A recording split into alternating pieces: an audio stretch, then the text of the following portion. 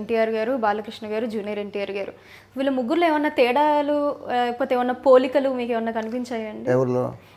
Senior NTR గారు, బాలకృష్ణ గారు, junior NTR గారు. మీరు ముగ్గురితో యాక్ట్ చేశారు కాబట్టి వీళ్ళ ముగ్గురికి ఏదన్నా ఒక దగ్గర పోలిక ఏదన్నా ఉందా? నటన పరంగా కావచ్చు ఏదన్నా? ఇప్పుడు రామారావు, బాలకృష్ణ, జూనియర్ ఎన్టీఆర్ ముగ్గురిని తీసుకున్నాం. రామారావు టైం మెయింటైన్ చేసేవారు. 7 గంటలకు షార్ట్ మార్నింగ్ అంటే పెట్టుకోండి మీరు, మేము వస్తాం అని కరెక్ట్గా 6:45కి ఆయన వచ్చేసేవారు. అలాగే బాలకృష్ణ మెయింటైన్ చేశాడు, అలాగే జూనియర్ ఎన్టీఆర్. వీళ్ళు ముగ్గురికి నిజంగా అందరికీ అలా ఇవ్వడు. తాతకి, కొడుక్కి, మనవడికి ఇవ్వడు. ఆ నటరాజు గొప్పాడు. ముగ్గురిని 3 రకాలుగా ఆర్టిస్టులు చేసింది. ఆయన ఇందాక చెప్పాను చూసావా, ఆయన పేరు పాల్చేయరు. ఇప్పటిదాకా బాలకృష్ణ గారు ఎన్ని పిక్చర్లు చేసినా ఒక పద్ధతి, ఒక పలకరింపు. అలాగే జూనియర్ ఎన్టీఆర్లో కూడా నేను చేశాను. తర్వాత ఒక 5-6 సార్లు కలిసినప్పుడు కూడా పెద్దలంటే గౌరవం, సీనియర్లు అంటే గౌరవం, చాలా గొప్పవాళ్ళు.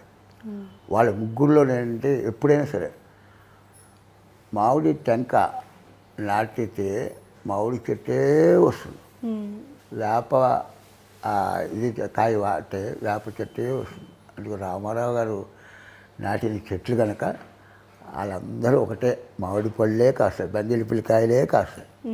అందుకోసం ముగ్గురులో ఏంటంటే జనరేషన్లు బట్టి అప్పుడు వాళ్ళు నిజంగా రామారావు గారు, నాగేశ్వరరావు అవ్వచ్చు, సావిత్రి గారు అవ్వచ్చు, ఒక రంగారావు అవ్వచ్చు, వాళ్ళందరూ లేదు ఆర్టిస్టులు అయ్యాలంటే ముళ్ళ పొదలు, తుమ్మ చెట్లు లోంచి వెళ్ళాలంటే కష్టం కదా. ఇలా వంగుంటే ఇలా గుచ్చుకుంటుంది, అలా వంగుంటే ఇలా గుచ్చుకుంటుంది, ఇలా వంగకపోతే ఇక్కడ గుచ్చుకుంటుంది. అలా ముళ్ళ పొదల్లా ఉండేది ఇండస్ట్రీ. వాళ్ళందరూ చెట్లన్నీ కొట్టి రోడ్లు వేసి ఇప్పుడు ఈ జనరేషన్కి ఇచ్చారు. అందుకనే ఇప్పుడు ఆర్టిస్ట్ అవ్వాలన్నా, హీరో అవ్వాలన్నా అప్పట్లో ఉన్న కష్టంలో 100 వంతు లేదు.